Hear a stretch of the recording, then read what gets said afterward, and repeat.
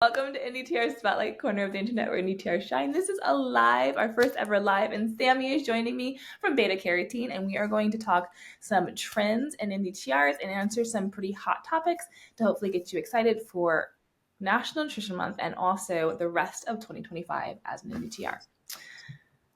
All right, so scope of practice rundown. It wasn't really that big of changes. It really did just talk about how, the diet tech is there to support the RD. Let's see. I have a couple. It broke down the different clinical, the community, the like right here, it talks about nutrition screening, NDTR role, review nutrition screening completed by others or obtain document screening data. Nutrition diagnosis per RDN assigned task. So before, I don't think that it even said per RDN assigned task. I think it just said this is an RD task. So it discharge planning and transitions of care, assist with or provide information as assigned by RDN. So most things just specify that it is assigned by the RDN, or you're assisting the RDN. This is in the clinical setting, because when you're in the clinical setting, you are assisting the registered dietitian. In like a community setting, you could be doing several things. As long as it's within that scope, you need to be following within the state guidelines, those federal guidelines as well. Like, if it's food service, you have to follow those guidelines.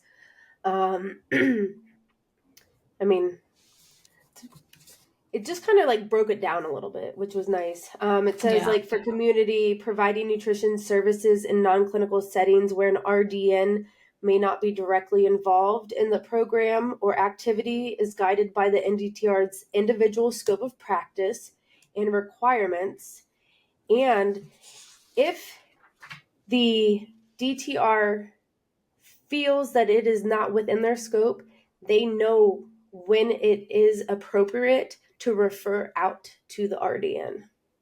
And that's when, that the diet tech is familiar with their scope of practice, because, they need to refer out. Know when to refer, and then know when they can actually do the job. I like that wording though. I remember reviewing the one back a couple of years ago, honestly, so sorry on that, but it was always like this kind of blurry line of you have to have a DTR right there. So I like the new wording of RDN assigned. I feel like it gives a little bit more clarity, right, and strengthens that relationship between an RDN and an NDTR of okay, if an RDN really feels like this DTR can do it, they can encourage them to step into that space and really absolutely help the situation. The big thing is developing that relationship with the dietitian and the DTR.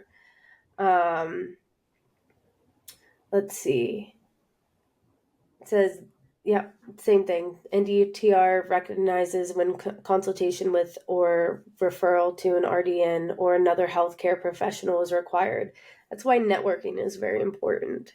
Oh my gosh. Because, it's huge. It's like everything in this field, really, I think. Just having an arsenal of people in your back pocket, to know who to refer out to, or hey, this patient is having GI issues. Hey, I have the perfect registered dietitian that, does GI stuff. Or I'm having renal issues. Well, I have the perfect dietitian for you. Stuff like that. Yeah, exactly. So that was exciting, I thought, and definitely something to read through and with a highlighter and really get a good grip of really where the scope of practice lies. I really liked if just where the practice of area where NDTRs can work. I always gravitate towards that. I'm like, what can I do? And that just kind of gets my brain thinking. And so they have just examples. I mean, it's a big category still: healthcare, preventative care, wellness and lifestyle, food service, culinary, retail, sustainable food and water systems.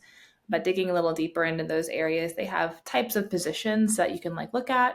So, for example, this preventative care wellness lifestyle, they have director of management, supervisor, educator, consult, author, lobbyist, researcher. So it just kind of helps widen the thought process of what you could do in the field and kind of give you a better idea of, okay, how do I want to network? What fields do I want to get into to really figure out what I want to do as an NDTR?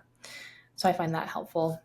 My rule of thumb is if a registered dietitian is working there, then a DTR can pretty much work there as well, because we are created to assist the dietitian.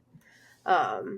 So, I mean, because these lists just go on and on. This is the scope of practice list of all the practice areas that DTRs, and they're pretty much all the things that dietitians do. Yeah. But normally, we're just typically working under the dietitian, except in like food service spaces. Like Kelly Homer, she is actually working above the dietitian as the food service director.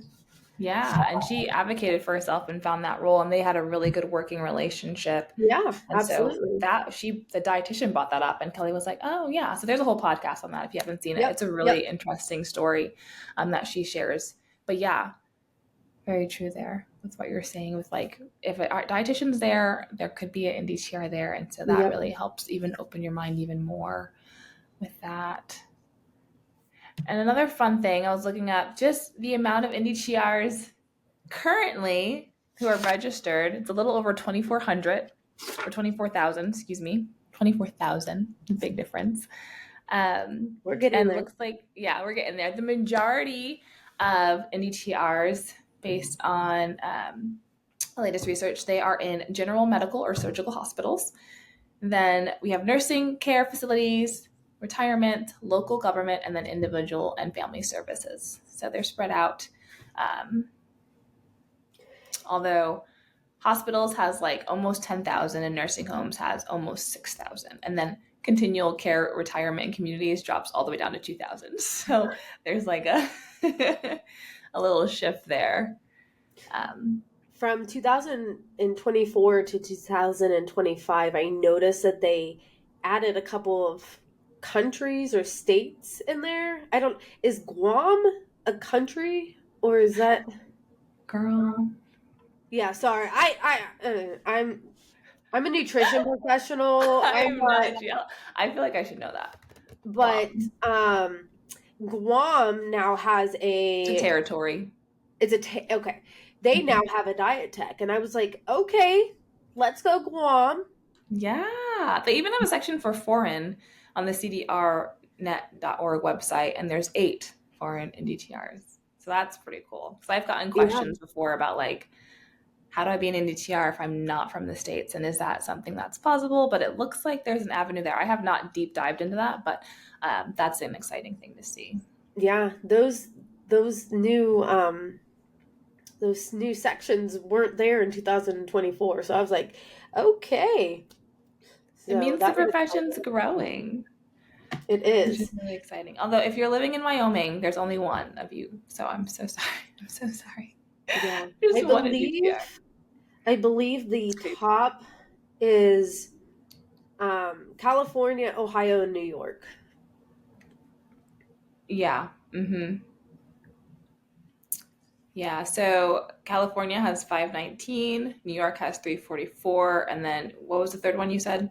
Ohio, yeah, 539. So yeah, those are the places to be. Arizona is pretty close. I mean, the next one at 218. But I think looking at these charts is helpful as an NDTRs, because if you're in a state where there's not that many, it's like, okay, that kind of can help you figure out your networking and your kind of avenue there. And you might need to just get on online and really do more of your networking, because you might not find a live NDTR in your state, because you might be the only one if you're in Wyoming. So Yeah, poor Wyoming. Come I join us. know. Come join the NDTR spotlight and beta carotene. We got you. Yeah, We'll help you will flourish. not be alone. I wonder where that one DTR works. I know. It's a good question. I, If you, yeah, it'd be really cool. yeah, if you are that one Wyoming person, I'd like to meet you. So Please, please, we'll have you on the show and we'll just hear yeah, your whole story. yeah, we want to know all about you. We'll call it Please. Load NDTR. The Oh man. lone DTR of Yeah. Wyoming. Tell us your story. All right. Please. So let's get into some of these questions. So we have some pooled ones that we had prior, so we're going to get into those, and then we'll kind of just address them. So one question we had was, how do NDTRs make an impact in the clinical and community nutrition? Make an impact in community and clinical nutrition. You want to take that away, Sammy? Well, in my clinical setting, I know that we help the dietitian see higher acuity patients because we see the lower acuity patients. At the hospital that I work at, the diet techs screen like the standard patients, and we will help determine if a patient is high risk or not, and then we will shoot that patient over to the RD for like a malnutrition assessment. And if they were on a tube feed, we shoot that straight to the dietitian. Making sure that the dietitian is, seeing the higher acuity patient. And then, we're taking on the lighter load. On a typical basis, I'm seeing, 10, 15 patients a day, but my caseload could be like 30 patients. It really depends on the day of how many people I can actually see, because I also have to do food service as a diet tech. So it could be many things. But we're doing education, we're screening the patients, we're doing food service, we're assisting them with food choices, we're making sure that they're eating well. I work with several different units, like in my hospital. So I have a bariatric unit, I have a trauma unit, I have brain and spine, and I have a prison unit. So I have to make sure that I'm well versed in all of those. And I have to make sure that, I'm assisting my dietitians, because I have 4 dietitians for all of those units. Mm-hmm. And making sure that, I'm helping them out as much as possible. So helping my patients and helping my dietitians as much as possible. With the community setting though, I've never actually, I guess corrections could technically be community. I think it depends on what aspect. Yeah. I will say, we have a new podcast coming out next month, and it's with an NDTR who focuses on community, and she absolutely loves it. And so, WIC is a big example of community. Yes, so I worked in WIC for a little absolutely. bit, and I've had a lot of NDTRs on this podcast just talking about the impact that has and like what they can do, and working in food pantries. And I think NDTRs, just from what I've gathered with talking with NDTRs, is they have this beautiful ability, or just this really impactful ability, to bring in really good nutrition education, because that's a part where NDTRs really can thrive. You don't need a dietitian next to you to give out good nutrition education, because you have that knowledge. Yep. And I think that's a really great impact that NDTRs can bring into the community. And they also, I think they bring in this beautiful amount of passion, because they obviously you're in this field because you love it. And then in this podcast that's going to come out next month, it's just talking about like really how they can. So our guest, I won't give away the name yet because it's still a secret, but our guest was working at WIC, and then she wanted to do more with moms, and she got her Abdullah certification, and now it's just really impacting her community in a really positive way.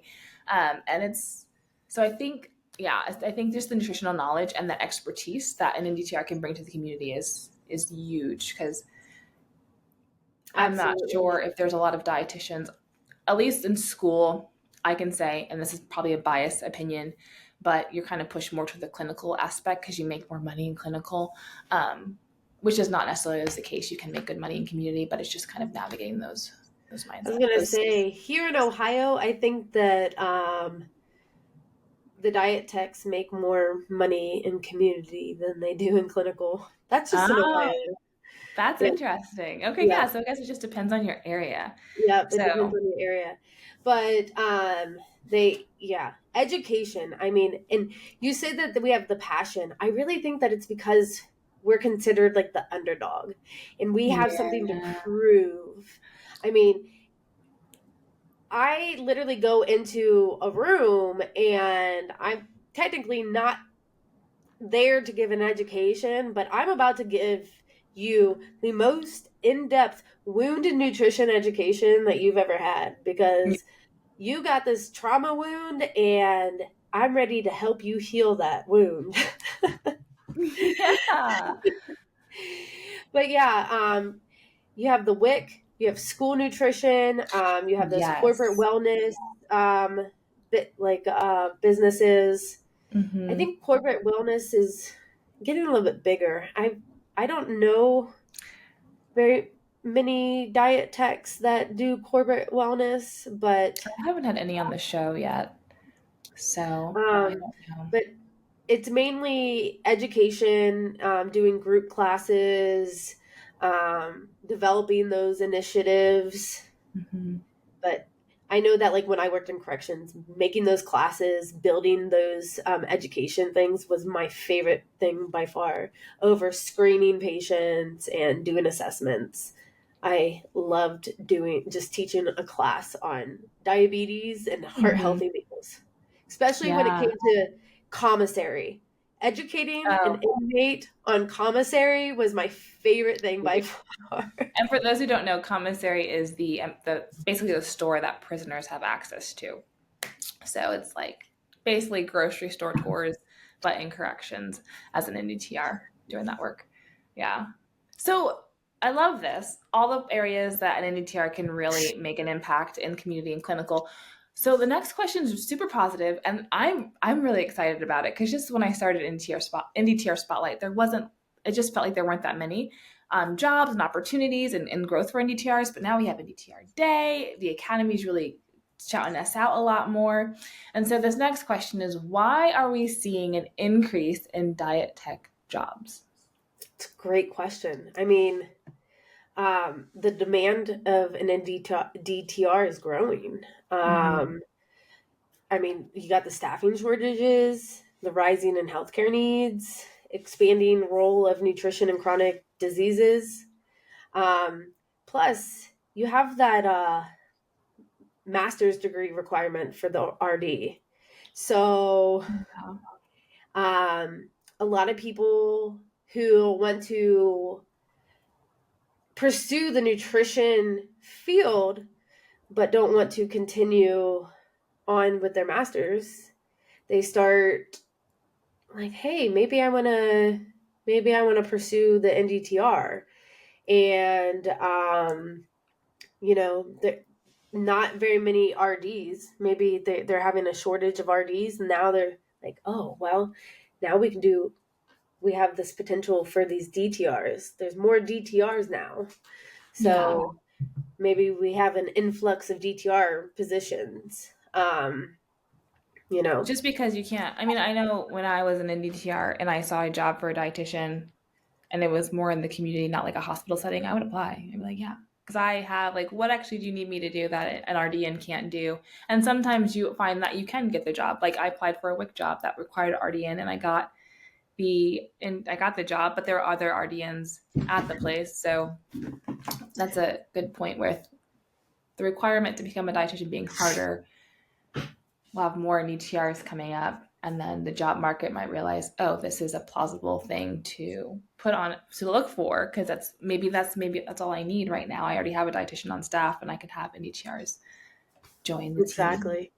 One of the things that I truly advocate for with diet techs is, asserting their scope of practice, knowing their scope of practice.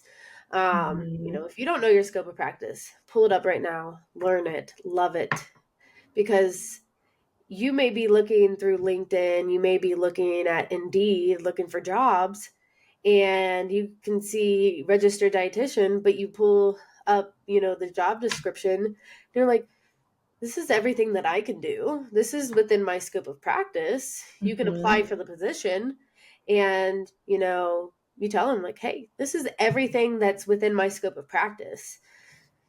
And the way that the pay is, like, I don't think you're going to get a registered dietitian to apply for this position with that pay.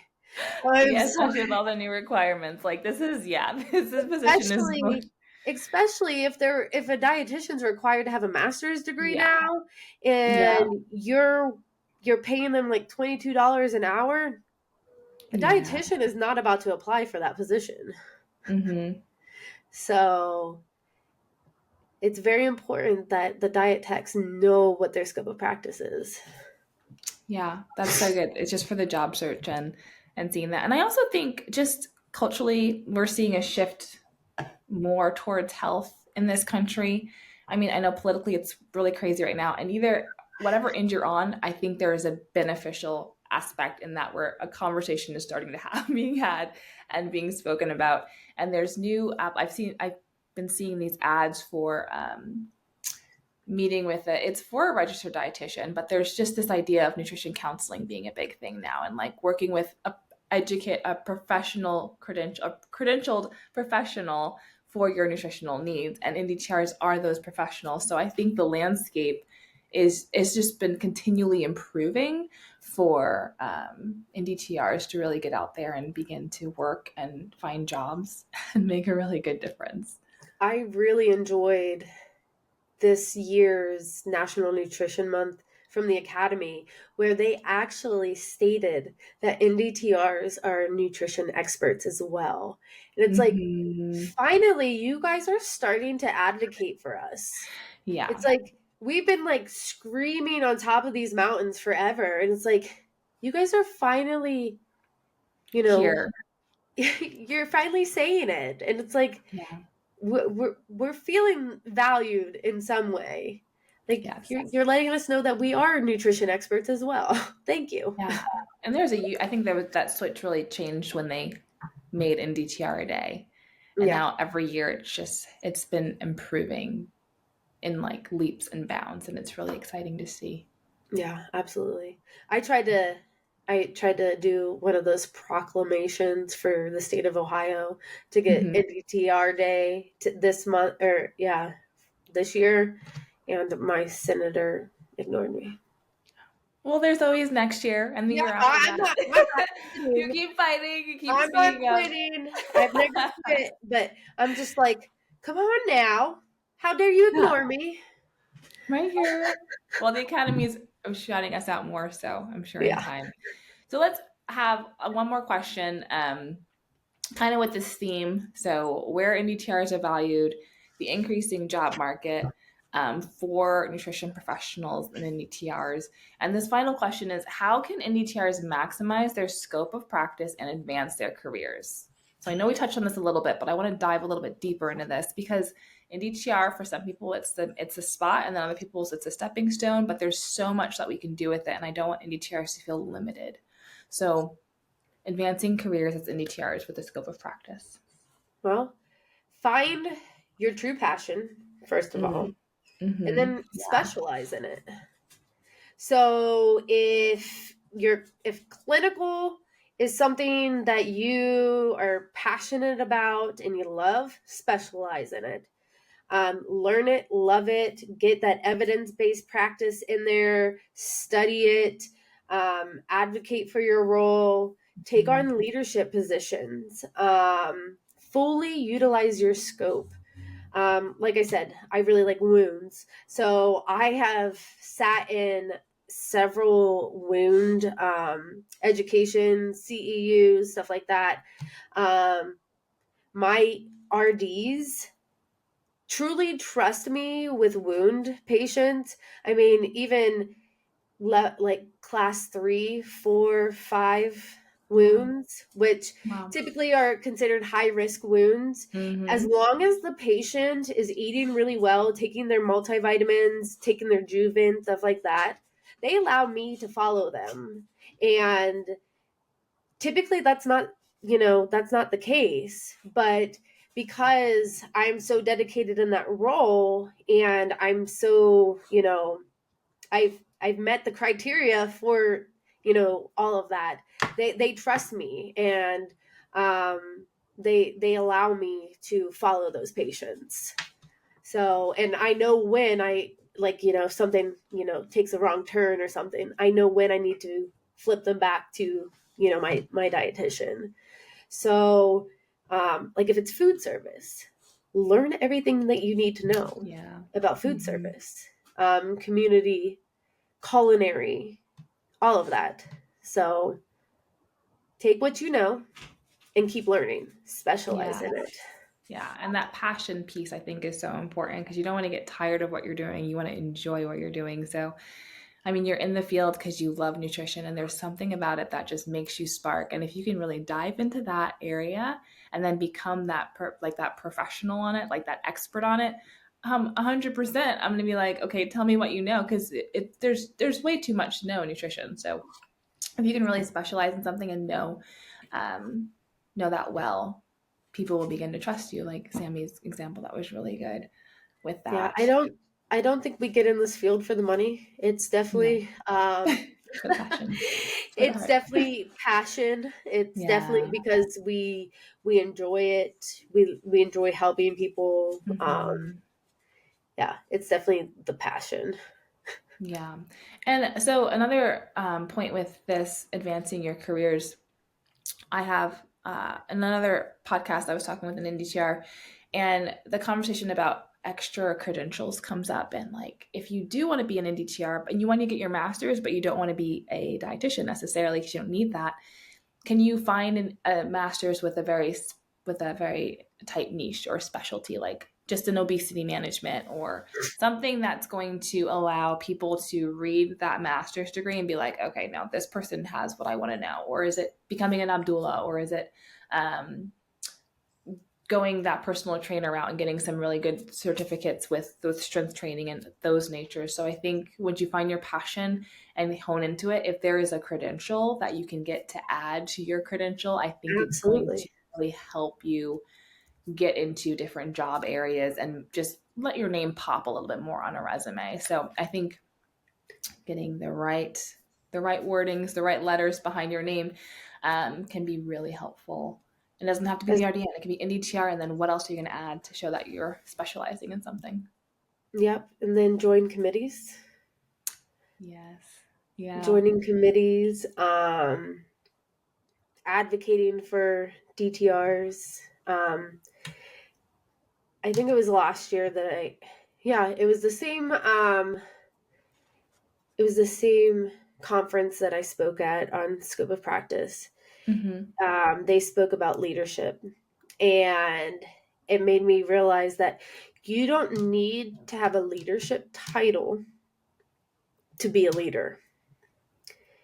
Um, and that really resonated with me because I thought I needed to take like a food service manager position to, Yeah. be a leader and stuff like that. And I feel like with everything that I do with advocating for NDTRs and stuff, I feel like that makes me a positive leader in some way. Mm-hmm. Um, so joining committees for OAND, which is the Ohio Academy of Nutrition and Dietetics, becoming the president of the Columbus Dietetic Association, you know, becoming something in your affiliates. Mm-hmm. This is a great way to network, as we mentioned how important networking Yes. is. But it's also going to help advance your career because one, you're networking, but it's going to boost that resume as we've talked about before. Mm-hmm. And it's just going to open your door for your career. Yeah. I love that. Those are all, I mean, yeah. So, like networking, getting the right credentials, finding your passion. These are just themes that always come up when I am chatting with an NDTR, and it just makes me really excited. So, I love that. Is there any other questions that you had on your end, Sammy, that I missed from the ones that we No, gathered? my internet's lagging, so I wasn't. It's just giving me the circle of death over here. Oh, okay. Well, I think that was a bunch of really great knowledge. We covered the trends in NDTRs for this year, and hopefully you guys are enjoying National Nutrition Month. We really appreciate you guys tuning in. This is going to be saved for you guys to listen to whenever you need it. And I think with that, If you we'll close ask me out. any questions, I will answer outside of here Yeah. because Yes. can't get to So them. yeah, you Sorry. can find Sammy. Where can they find you, Sammy? I'm beta carotene on Instagram. That's teen as in TEEN. I'm on LinkedIn, Instagram, Facebook, all Yes. the things. And she'll be tagged in all of this. And of course, in the NDTR Spotlight, you know where to find this. All right, guys, end the stream. Thanks for joining our first live ever.